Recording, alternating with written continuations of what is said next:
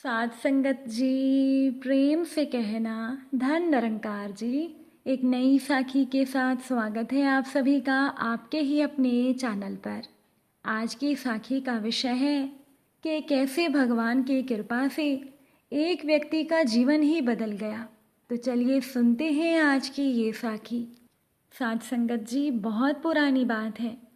एक गांव में एक गरीब किसान रहता था। उसका एक बेटा और एक बेटी थी। बेटी बड़ी थी और बेटा छोटा। किसान और उसकी पत्नी अपने दोनों बच्चों की शादी करके इस दुनिया से चले गए। बेटी की शादी अमीर घर में हो गई। बेटी के पास बहुत धन था, बहुत नौकर चाकर थे। बेटी के घर में किसी चीज़ की कोई कमी नहीं थी। लेकिन बेटा बेचारा बहुत गरीब था। वो दिन भर खेतों में काम करता, फिर भी घर का खर्च पूरा नहीं हो पाता था। इसीलिए वो बेचारा मजदूरी भी करता था। बेटे के पास धन संपत्ति नहीं थी। वो प्रतिदिन कमाता था और अपने परिवार का पालन पोषण करता था। साध संगत जी, जिस दिन उसे कोई काम नहीं मिलता था उस दिन उनके पास खाने के लिए कुछ भी नहीं होता था। जिस दिन वो मेहनत करता था उसी दिन घर में चूल्हा जलता था, नहीं तो उनके घर में चूल्हा भी नहीं जलता था। बेटे की पत्नी भगवान शिव की भक्त थी। वो बहुत ही नियम कर्म से पूजा पाठ करने वाली थी। वो प्रतिदिन भगवान शिव के मंदिर जाया करती थी और वहाँ वो पहले मंदिर की सफाई करती, फिर भगवान की पूजा करती।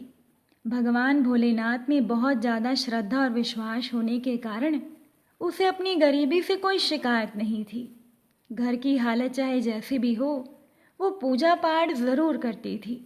इसलिए गरीब होते हुए भी उनके बच्चे संस्कारी थे और वो थोड़े में भी गुजारा करके अपने पति के साथ बहुत खुश थी। दूसरी तरफ जो उसके पति की बहन थी, उसे अपने अमीर होने का बहुत घमंड था। भाई की गरीबी के कारण उसे अपने भाई के साथ रिश्ता रखने में शर्म महसूस होती थी। उसे लगता था कि मेरा भाई मेरे बराबर का नहीं। वो अपने भाई और उसके परिवार से मिलना भी पसंद नहीं करती थी। अब एक बार बहन की ननद की शादी थी। उसने अपने सभी रिश्तेदारों को शादी में बुलाया, लेकिन अपने भाई को शादी में नहीं बुलाया। जब भाई को इस शादी के बारे में पता चला तो उसे अच्छा नहीं लगा, परंतु उसने अपनी पत्नी से झूठ बोल दिया कि मेरी बहन की ननद की शादी है, मुझे वहाँ जाना है। तब उसकी पत्नी ने कहा कि तुम्हारी बहन ने तो तुम्हें बुलाया ही नहीं। तब इस पर उसके पति ने कहा, नहीं, मेरी बहन ने मुझे निमंत्रण भेजा है, इसीलिए मुझे वहाँ जाना चाहिए। इस तरह से अपनी पत्नी को झूठ बोलकर वो अपनी क्षमता के अनुसार उससे जो भी बन पड़ा वो कपड़े और उपहार लेकर अपनी बहन के ससुराल के लिए चल दिया। जब वो अपनी बहन के ससुराल पहुंचा तो उस पर किसी की नज़र ही नहीं गई, परंतु जो उसकी अमीर और घमंडी बहन थी उसने अपने भाई को खिड़की से देख लिया कि मेरा भाई आया है। लेकिन वो ये सोचने लगी कि मैंने तो इसे शादी में बुलाया ही नहीं, फिर भी ये आ गया। उसे अपने भाई को देखकर ज़रा भी अच्छा नहीं लगा। तभी उसकी देवरानी दौड़ी दौड़ी उसके पास आई और कहने लगी, दीदी तुम्हारा भाई आया है। तब वो अमीर घमंडी बहन अपनी देवरानी से बोली कि दरवाजे पर मेरे जेठ और मेरे ससुर जी बैठे हैं, इसीलिए मैं नहीं जा सकती, मुझे शर्म आती है। तुम मुझे ये बताओ कि मेरे भाई का भेष कैसा है और वो क्या लेकर आया है। तब उसकी देवरानी बोली, दीदी तुम्हारे भाई के कपड़े तो बहुत ही मैले हैं और उसके हाथ में एक थैला है जिसमें कुछ रखा हुआ है। ये सुनकर अमीर घमंडी बहन ने कहा, तुम जाओ मेरे भाई को पीछे के दरवाजे से अंदर भेज दो। अब उसकी देवरानी गई और उसके भाई को पीछे के दरवाजे से भेज दिया। भाई आते हुए यही सोचता रहा कि मैं बहुत दिनों के बाद अपनी बहन से मिलूँगा तो मेरी बहन मुझसे मिलकर बहुत खुश होगी।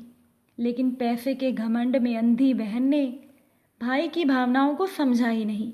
भाई के अंदर आने पर भी उसने भाई को पानी तक नहीं पूछा और ना ही बैठने को कहा। उसने ये भी नहीं पूछा कि परिवार में सब कैसे हैं। इससे उल्टा वो अपने भाई को बोली कि तुम्हें यहाँ पर किसने बुलाया है, तुम यहाँ पर क्यों आए हो। वो अपने भाई को ताने देने लगी और कहने लगी, तुम इस फटीचर हाल में मेरे यहाँ आ गए, तुमने यहाँ आकर मेरी इज्जत खराब कर दी। तब भाई बोला, बहन तुमसे मिलने का बहुत मन था, लेकिन मुझे ये नहीं पता था कि तुम मुझे देखकर खुश नहीं होगी। बहन कहती है, अब तुम आ ही गए हो तो मेरे साथ आओ। ये कहकर वो अपने भाई को एक कमरे में ले जाती है और उस कमरे में अपने भाई को बंद कर देती है और कहती है, जब तक मैं ना कहूँ तुम इस कमरे से बाहर ना निकलना। अब बेचारा भाई पैदल गया था, भूखा प्यासा था, लेकिन बहन ने उसकी खोज खबर भी नहीं ली। धीरे धीरे भाई को उस कमरे में पूरा दिन बीत गया, लेकिन बहन ने दरवाज़ा नहीं खोला। शादी में बहुत से रिश्तेदार आए थे और घर मेहमानों से भरा था। मेहमान तरह तरह के पकवान खा रहे थे, लेकिन कमरे के अंदर भाई बेचारा भूख प्यास से तड़प रहा था। जब उससे रहा नहीं गया तो उसने दरवाजे को पीटना शुरू कर दिया। दरवाजे की आवाज़ सुनकर उसकी बहन के घर आए हुए एक रिश्तेदार ने दरवाज़ा खोल दिया और भाई बिना अपनी बहन से मिले, बिना किसी को कुछ कहे, पीछे के रास्ते से बाहर निकल आया। वो जान चुका था कि उसकी बहन उससे मिलना नहीं चाहती, ना ही कोई रिश्ता रखना चाहती है, क्योंकि उसकी बहन को पैसे का बहुत घमंड था। इसीलिए वो गरीब भाई की इज्जत नहीं करना चाहती थी। भाई बेचारा पूरे दिन का भूखा प्यासा था। उसी हालत में वो वहाँ से निकलकर अपने घर की ओर चल दिया, लेकिन भूखा प्यासा होने की वजह से वो रास्ते में ही बेहोश हो गया। साध संगत जी, अपने भक्तों का हमेशा ख्याल रखने वाले भगवान शिव और माँ पार्वती ये सारा दृश्य देख रहे थे। माँ पार्वती ने भगवान शिव को कहा, ये तो बेहोश हो गया है। तब माँ पार्वती ने भगवान शिव से कहा, प्रभु इसकी पत्नी हमारी भक्त है, हमारी पूजा के बिना वो भोजन भी नहीं करती। ये भूखा प्यासा है, भोजन पानी के बिना तो ये मर ही जाएगा। हमें इसकी मदद करनी चाहिए। अगर हम इसकी मदद नहीं करेंगे तो कौन करेगा। भगवान शिव बोले, आप चिंता ना करें, हम इसके पास जाते हैं। भगवान शिव ने साधु का रूप धारण किया और माँ पार्वती ने एक बूढ़ी महिला का रूप धारण कर लिया। इसके बाद वो दोनों वहाँ प्रकट हो गए। माता पार्वती ने उसका सर अपनी गोद में लिया और बोली, बेटा आंखें खोलो। भगवान की कृपा से उसकी बेहोशी एकदम खत्म हो गई और उसने आंखें खोली। जब उसकी आंखें खुली तो उसने एक बूढ़ी महिला को अपने पास देखा। तो वो बूढ़ी माँ से बोला, आप कौन हैं? बूढ़ी माँ कहने लगी, बेटा मैं इसी जंगल में रहती हूँ। जब मैंने तुम्हें गिरते हुए देखा तो मैं तुम्हारे पास आ गई। बूढ़ी माँ ने बोला कि बताओ तुम्हें क्या परेशानी है। अब उनके इतना कहते ही वो बेचारा जोर जोर से रोने लगा। माँ पार्वती ने कहा, बेटा तुम रो क्यों रहे हो? तब वो बोला, मैं अपनी बहन से बहुत प्यार करता हूँ। मेरी बहन की ननद की शादी थी, उसने मुझे नहीं बुलाया, लेकिन भाई होने के नाते मैंने जाना ज़रूरी समझा। मैंने जैसे तैसे किसी से कुछ रुपए उधार लिए, जितना मुझसे हो सका वो सब लेकर मैं बहन के घर गया। लेकिन मेरी बहन ने मेरे साथ जो व्यवहार किया इसके बारे में मैं किसी को बता भी नहीं सकता। इसके बाद उसने सारी आप बीती उस बूढ़ी माँ को सुना दी और वो रोने लगा। कहने लगा, माँ जब मैं घर जाऊँगा और मेरे बीवी बच्चे पूछेंगे कि आप शादी में गए थे, वहाँ से क्या लेकर आए हो, तो मैं बच्चों को क्या जवाब दूँगा। ये सोच सोच कर ही मेरी जान निकली जा रही है। ये सुनकर बूढ़ी माँ ने कहा, बेटा तुम चिंता मत करो, थोड़ी ही दूरी पर हमारा बगीचा है, उसमें तरबूज लगे हुए हैं। तुम उन तरबूज को तोड़कर अपने थैले में भरकर घर ले जाओ। वो बोला, हाँ ये ठीक रहेगा। उसने बूढ़ी औरत की बात मानकर थैले में तरबूज भर लिए और अपने घर की तरफ चल दिया। वो अपने घर पहुंचता है तो उसकी पत्नी और बच्चे भाग कर आते हैं। बच्चे सोचते हैं कि ज़रूर हमारे पिता कोई अच्छी चीज़ लेकर आए होंगे। थैला भरा हुआ देखकर बच्चे सोचते हैं कि हमारी बुआ तो पैसे वाली है, ज़रूर उन्होंने हमारे लिए उपहार भेजे होंगे। ये सोचकर बच्चे पिता को घेर लेते हैं। अब पत्नी भी हाथ में पानी का गिलास लेकर आती है और कहती है, दीदी ने ऐसा क्या दे दिया जो आपका थैला भरा हुआ है। अब वो बेचारा अपनी पत्नी को क्या बताता। वो कहने लगा कि जो भी दिया है थैले में रखा है। ये कहकर वो वहाँ से बाहर चला गया। उसकी पत्नी थैले को खोलती है तो देखती है कि उसमें 2 तरबूज रखे हुए थे जो बिल्कुल सोने की तरह दिखाई दे रहे थे। ये देखकर वो हैरानी में पड़ जाती है कि हमारी ननद ने तो बहुत ज़्यादा दे दिया। उसकी पत्नी सोचती है कि मेरी ननद से अपने भाई का दुख और गरीबी देखी नहीं गई होगी, इसीलिए उसने अपने भाई की मदद कर दी। जब उसने तरबूज काटा तो देखा कि उसमें तरबूज के बीजों की जगह हीरे मोती थे। जब उसका पति घर आया तब वो पति से बोली कि ये तुम्हारी बहन ने क्या दे दिया। उसका पति ये सोचकर दुखी हो गया कि अब मेरी पत्नी कहेगी कि शादी में तो सब लड्डू पेड़े और मिठाई देते हैं, तुम ये क्या तरबूज लेकर आ गए। वो कहने लगा, ऐसा क्या भेज दिया, मैंने तो देखा ही नहीं। तब पत्नी बोली, ज़रूर दीदी को तुम पर तरस आ गया होगा, इसीलिए उन्होंने सोने के तरबूज भेजे हैं। ज़रूर उनसे अपने भाई का दुख देखा नहीं गया होगा। मेरी ननद कितनी अच्छी है, उन्होंने तो हमारी गरीबी ही दूर कर दी। अब इस तरीके से वो लोग पैसे वाले बन गए। इस घटना को बहुत दिन बीत गए। गरीब भाई ने भी ये राज अपनी पत्नी को नहीं बताया। भाई ने अपनी पत्नी को नहीं बताया तो पत्नी के मन में तो यही था कि हम अपनी ननद की वजह से पैसे वाले बने हैं। दूसरी तरफ ननद तो अमीरी के घमंड में चूर थी। उसने ये जानने की कोशिश ही नहीं की कि मेरा भाई मुझसे बिना मिले बिना बताए कहाँ चला गया, वो किस हाल में होगा। उसे तो भाई से कोई लेना देना ही नहीं था। उधर भाई की पत्नी अपने पति पर जोर देने लगी, कहने लगी, जब तुम्हारी बहन ने तुम्हारे लिए इतना किया है तो तुम्हें भी अपनी बहन को कुछ दिन के लिए यहाँ पर लेकर आना चाहिए, वो भी कुछ दिन मायके में रह जाएगी। तब पति बोला, ठीक है, मैं अपनी बहन को लेने जाऊंगा। अब तो भाई के पास काफ़ी पैसे थे। वो अच्छे कपड़े पहनकर तैयार हुआ, बहन के लिए महंगे महंगे उपहार खरीदे और सब लेकर अपनी बहन के ससुराल की तरफ चल दिया। जब वो बहन के घर पहुंचा तो फिर बहन की देवरानी ने उसे देख लिया। वो भागकर अपनी जेठानी के पास गई और कहने लगी, दीदी तुम्हारा भाई आया है। तब फिर से वो घमंडी बहन बोली कि मेरा भाई किस भेष में आया है। देवरानी बोली कि दीदी तुम्हारे भाई ने तो रेशमी कपड़े पहने हैं और वो बहुत उपहार लेकर आया है। तब घमंडी बहन बोली, दरवाजे पर मेरे जेठ और ससुर जी बैठे हैं, इसीलिए अपने भाई से मिलने मैं ही जाऊंगी। वो दरवाजे पर आती है और भैया भैया कहकर अपने भाई को अंदर ले जाती है। अपने भाई का बहुत आदर सत्कार करती है। ये देखकर भाई सोचने लगा कि मेरी बहन में कितना बदलाव आ गया। जब मेरे पास कुछ नहीं था तो मेरी बहन ने मुझे पूछा तक नहीं। आज मेरे पास धन दौलत है तो मेरी बहन मेरी कितनी इज्जत कर रही है। लेकिन उसने ये सब मन में ही रखा। वो अपनी बहन से बोला कि तुम्हारी भाभी जिद कर रही थी और वो तुम्हें कुछ दिनों के लिए मायके में बुला रही है। तब बहन बोली, हाँ भाई, मुझे भी मेरे मायके गए काफ़ी दिन हो गए हैं, मैं तैयार हूँ। अब बहन अपने मायके में जाने के लिए तैयारी करने लगती है।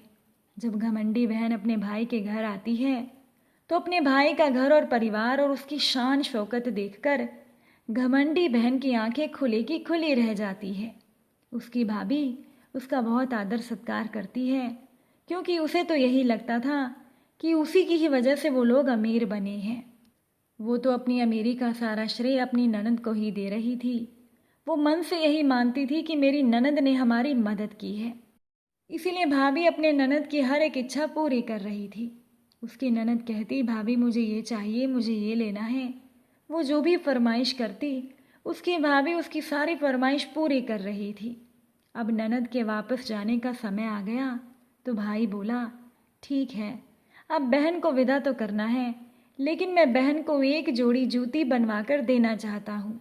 वो एक मोची के पास गया और मोची से बोला, भैया एक जोड़ी बोलने वाली जूती बना दो। मोची बोला, ठीक है, मैं बना देता हूँ, पर उसमें 2-3 दिन का समय लगेगा। भाई बोला, ठीक है।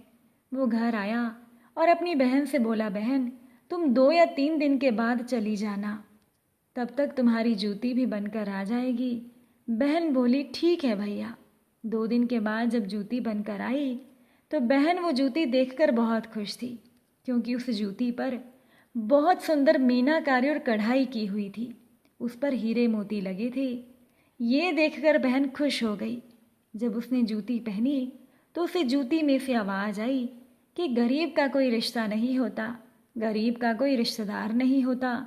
बहन भाई का रिश्ता भी अमीरी और गरीबी का होता है, और बहन ने तो भूखे प्यासे भाई को घर से लताड़ दिया। जब भी बहन वो जूती पहनती तो जूती से यही आवाज़ आती कि गरीब का कोई रिश्ता नहीं होता। इस तरह से जूती तरह तरह की बातें बनाती। अब जूती की ये बात भाई की पत्नी ने भी सुन ली। वो अपने पति से बोली कि ये जूती क्या कह रही है, मेरी तो समझ में कुछ भी नहीं आ रहा। तब पति कहने लगा, ये तो जूती है, जैसी मोची ने बना दी वैसी बन गई, लेकिन ये क्या कह रही है ये मुझे भी समझ में नहीं आ रहा। बहन का अपने घर के लिए विदा होकर जाने का समय आ गया। जब बहन विदा होकर जाने लगी तो उसे भी महसूस होने लगा कि उसके भाई और भाभी ने उसके साथ कितना अच्छा व्यवहार किया है, जबकि उसने तो अपने भाई के साथ बहुत बुरा व्यवहार किया था। जब बहन विदा होकर जाने लगी तो उसने फिर से वो जूती पहन ली। जैसे ही वो चलने लगी जूती बोलने लगी, गरीब का कोई रिश्ता नहीं होता, गरीब का कोई रिश्तेदार नहीं होता, बहन भाई का रिश्ता भी अमीरी गरीबी का होता है। और बहन ने तो भूखे प्यासे भाई को घर से लताड़ दिया। अमीर बहन और गरीब भाई का कोई रिश्ता नहीं होता, कोई रिश्तेदार नहीं होता। अब बहन के दिल में पछतावा होने लगा कि मैंने तो अपने भाई के साथ बहुत बुरा कर दिया। इतना कुछ होने के बाद भी ये लोग मेरे साथ इतना अच्छा व्यवहार कर रहे हैं। अब बहन के दिल में पछतावा था, वो अपने ससुराल आ गई। दूसरी तरफ उसकी भाभी अपने पति से कहने लगी, ज़रूर कोई बात है जो तुम मुझसे छुपा रही हो। तब पति बोला, मैंने तुमसे कोई बात नहीं छिपाई। पत्नी बोली, नहीं, तुमने ज़रूर मुझसे कुछ छुपाया है। वो जिद करने लगी और पति से बोलने वाली जूती का राज पूछने लगी। तब पति ने कहा, जब हमारे पास कुछ भी नहीं था, हम बहुत गरीब थे, और जब मैं अपनी बहन की ननद की शादी में उसके घर गया था तब मेरी बहन ने मेरा कोई आदर सत्कार नहीं किया। मेरी बहन ने तो मुझे पानी तक नहीं पूछा था और उसने मुझे कमरे में बंद कर दिया। मैं पूरा दिन उस कमरे में भूखा प्यासा पड़ा रहा। उसके बाद किसी रिश्तेदार ने दरवाज़ा खोला और मैं वहाँ से भाग निकला। वहाँ से निकलने के बाद मेरे मन में बार बार यही बात आ रही थी कि गरीब अमीर का कोई रिश्ता नहीं होता, चाहे वो बहन और भाई का ही क्यों ना हो। वहाँ से निकलकर जब मैं चलता हुआ जंगल में पहुँचा तो वहाँ बेहोश होकर गिर गया। तब एक बूढ़ी माँ और एक साधु बाबा वहाँ आए। उन्होंने मुझे पानी पिलाया और ये तरबूज भी मैं उन्हीं के बगीचे से तोड़ कर लाया था। उस बूढ़ी माँ और साधु बाबा के कारण ही हमारी हालत गरीबी से अमीरी में बदल गई। मेरी बहन ने हमारी कोई मदद नहीं की, ना ही उसने हमें कोई धन दिया है। तब पत्नी बोली, मैं तो आज तक यही सोच रही थी कि मेरी ननद की वजह से हम अमीर बने हैं। वो बूढ़ी माँ और साधु बाबा जो आपको जंगल में मिले थे, अवश्य ही वो भगवान शिव और माँ पार्वती थे जिनकी मैं पूजा करती हूँ। भगवान शिव और माँ पार्वती ने ही हम पर कृपा की है, उन्हीं की वजह से हम गरीब से अमीर बन गए। तब पति बोला, तुम ठीक कह रही हो, लेकिन फिर भी अपने मन में कोई बैर मत रखना।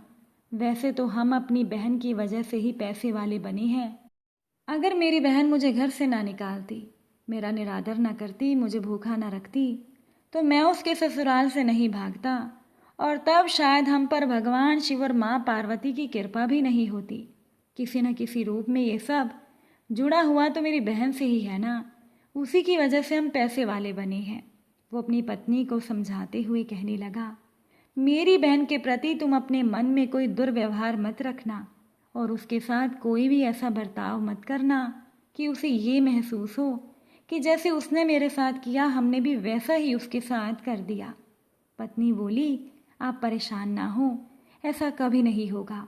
भगवान ने हमें इतना दिया है कि जिससे हम दूसरों की भी मदद कर सकें, लेकिन हम अपनी गरीबी के दिन कभी नहीं भूलेंगे। अगर आपकी बहन ने ऐसा किया है तो वो उनकी सोच है, हम हमेशा उनका आदर करेंगे। वो जब भी मायके में आएंगी और जो भी कहेंगी हम वही उपहार उन्हें दिलाएंगे। उस दिन के बाद पति पत्नी दोनों का भगवान शिव और माँ पार्वती के प्रति श्रद्धा और विश्वास बहुत ज़्यादा बढ़ गया और वो दोनों भगवान की भक्ति में लीन रहने लगे। उन्हें समझ में आ गया था कि मनुष्य को भगवान पर विश्वास रखकर धैर्य धारण करने की ज़रूरत है। भगवान स्वयं अपने भक्तों का ध्यान रखते हैं और उनके कष्टों का निवारण भी करते हैं। भगवान अपने भक्त को कभी अकेला नहीं छोड़ते। साथ संगत जी, अगर आज की ये साखी आपको अच्छी लगी हो तो वीडियो को शेयर ज़रूर कीजिएगा। आप सभी से फिर मुलाकात होगी नई साखी और नए विचारों के साथ। साथ संगत जी, प्यार से कहना, धन निरंकार जी।